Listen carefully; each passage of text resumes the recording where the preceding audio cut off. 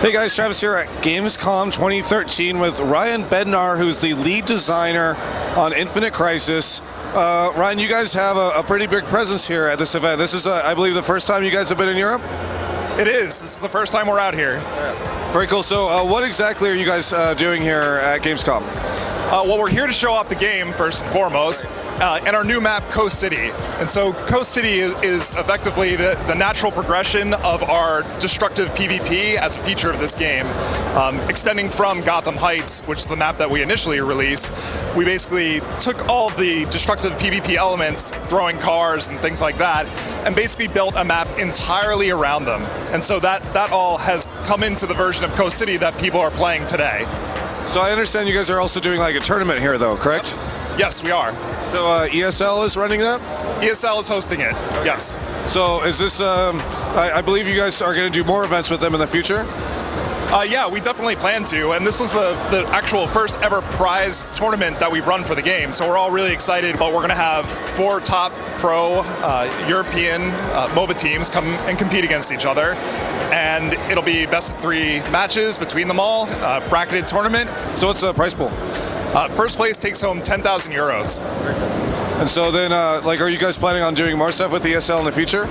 Yeah, we'd absolutely love to. This event has been great for us so far. It's just even getting started, and we can't wait for tomorrow, and hopefully we'll get to do a lot more of these in the future. All right, so I talked to you guys at MLG, I talked to Cardell, and you guys at the time hadn't released Coast City yet. As you mentioned, you've now released that into the beta. Yep. So what's the general reception been to that? The general reception to Coast City has been extremely positive. We're really pleased to see how many people are playing matches of Coast City. We know that we introduced a lot of new mechanics, and you never know when you put them out in the wild, are players really going to like dealing with power relays and the Doomsday Device. We suspected that the Doomsday Device would be popular, and luckily that worked out for us. What exactly is the Doomsday Device? So the Doomsday Device is an object that you're fighting for control over in the center of the map. It activates for the first time at 10 minutes into a match on Coast City, and at that point either team can destroy its defense system and pick up the device that fires the Doomsday Device itself.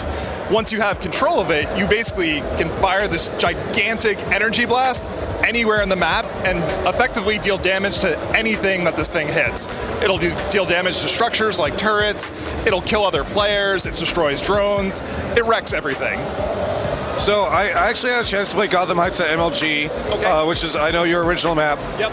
That one, I think a lot of League players would sort of compare it to Dominion from League of Legends. Yep. For Coast City, do you find like there's an analogy sort of game mode for it, or is it sort of its own thing? Actually, for Coast City, we were trying to build a map right from the get-go that would be completely unique to Infinite Crisis.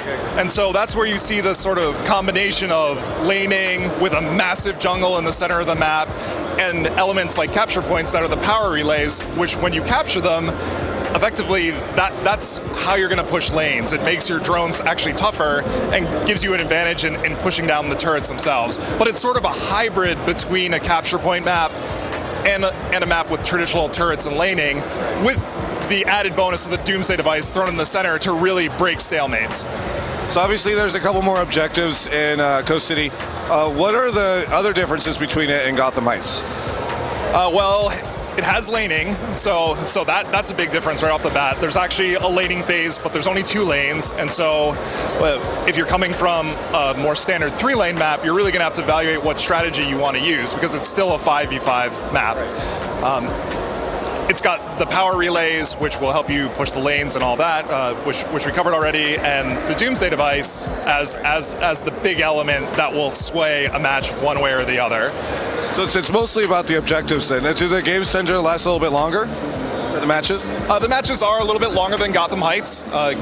Typical Gotham Heights match will last somewhere between 20 to 30 minutes.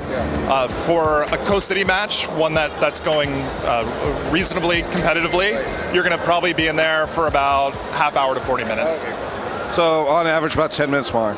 I understand you guys released Atomic Wonder Woman, I think, since the last time that I talked to you guys? Yes, we have. So what is she like? Because I know you guys sort of have like the traditional like superhero, and then you sort of have these like variations on him, right? So Yep. you guys had Wonder Woman. So what's Atomic Wonder Woman like? So Wonder Woman Prime was an enforcer, and one of the things that we try to do for each of our characters that we release, the multiverse variants, is make sure that we're giving them all different roles than what the other characters have.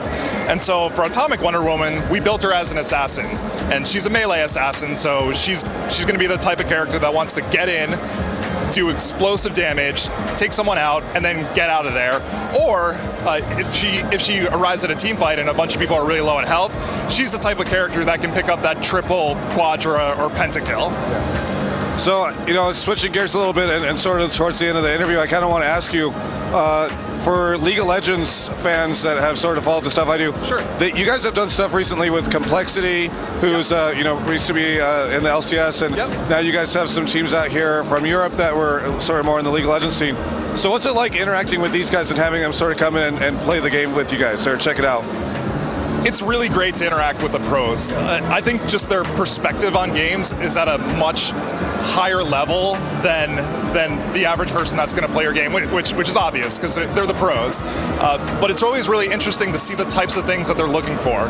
When we had Complexity out in the office, one of the things that I found really interesting was that they immediately wanted to know all the numbers for everything in the game and exactly how they'd scaled across all the characters leveling and every little detail that we could provide them. And when it wasn't clear in the game, they were asking us about exactly what the numbers were. And so that's something that we've taken to heart, and we're going to go through and make sure that we're exposing all the numbers that we can and making it as clear as possible to people that are interested in that information, what that information actually is. So I know that the game is in beta, so where can people check it out?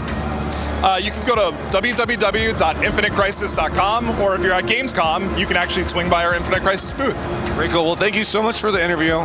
For everyone, this is Travis on day one of Gamescom 2013. For the rest of our coverage, stay tuned to GameSpot.com.